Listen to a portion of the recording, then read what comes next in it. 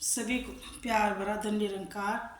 मैं बीना शर्मा देवभूमि उत्तराखंड से सभी का स्वागत करती हूँ। सत्य के सार में आपके सामने अवतार वाणी के शब्द रखूँगी। आशय प्रवान करना अपने जीवन में भी इनको ग्रहण करना, क्योंकि इन विचारों को सुनने से जीवन में सारे सुख आ जाते हैं।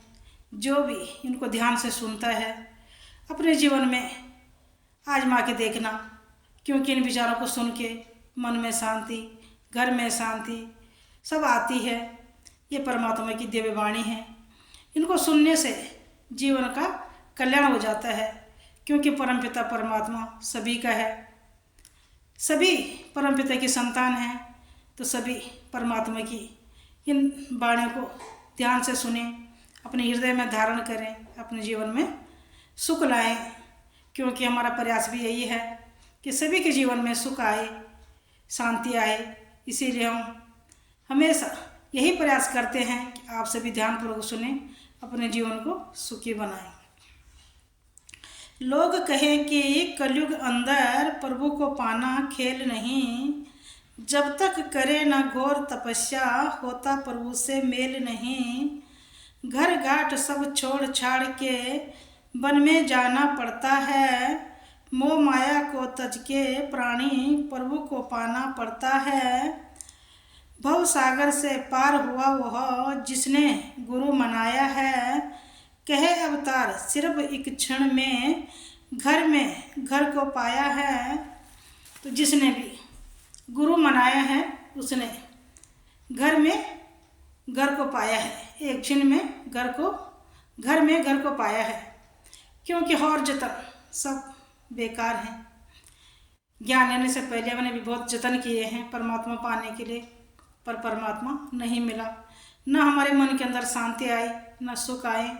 हम संसार में भटक रहे थे, दुखों में पड़े हुए थे, ढूंढ रहे थे परमात्मा को, पर परमात्मा कहाँ से मिलता है? क्योंकि परमात्मा का जानने वाला कोई मिला नहीं था। जब जीवन में कोई संत महात्मा आते हैं, हमें सतगुरु तक पहुँचाते हैं, तब जीवन में शांति आती है। तो संसार में लोग कहते हैं कि परमात्मा पाना इस कलयुग के अंदर कोई खेल नहीं। तो जब तक घोर तपस्या नहीं करते हैं तब तक प्रभु से मिलाप नहीं हो सकता है। जब घर बार छोड़ के जब जंगल में जाएंगे तभी परमात्मा मिलेगा। ये सब ने अपनी धारणा बना रखी है कि जब हम जंगल में जाएंगे तभी परमात्मा मिलेगा, जब हम घर छोड़ेंगे तभी परमात्मा मिलेगा। ये सत्य नहीं है। क्योंकि पहले हम भी यही बात सोचते थे, ज्ञान लेने से पहले हमारा भी यही भाव था। क्योंकि तभी हम विचार आज सभी के सामने इस परमात्मा की वाणी को रख रहे हैं कि हम भी वही मानते थे कि परमात्मा घर में नहीं पाया जा सकता है।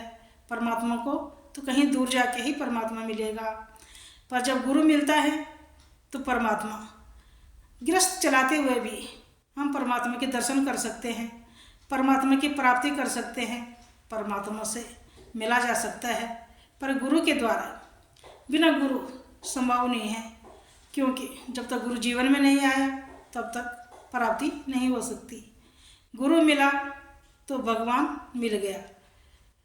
तो जो हमें सद्गुरु ब्रह्म ज्ञान देता है, इस ब्रह्म ज्ञान से जो हमारे आंखों में माया की पट्टी लगी हुई थी, उस माया की पट्टी को सद्गुरु उतार देता है।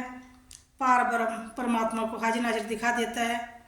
जिसकी खोज हमें थी उसको हाजिर नाजिर दिखा देता है। परमात्मा को पाके ये जो हमारी आत्मा है, ये जन्म जन्म से जो बिछड़ी हुई थी अपने मूल से, अपनी मूल की पहचान कर लेती है। जब अपनी मूल की पहचान हो जाती है, सब कुछ समझ आने लग जाता है कि मैं आज तक कहाँ भटक रहा था अंधियारियों में।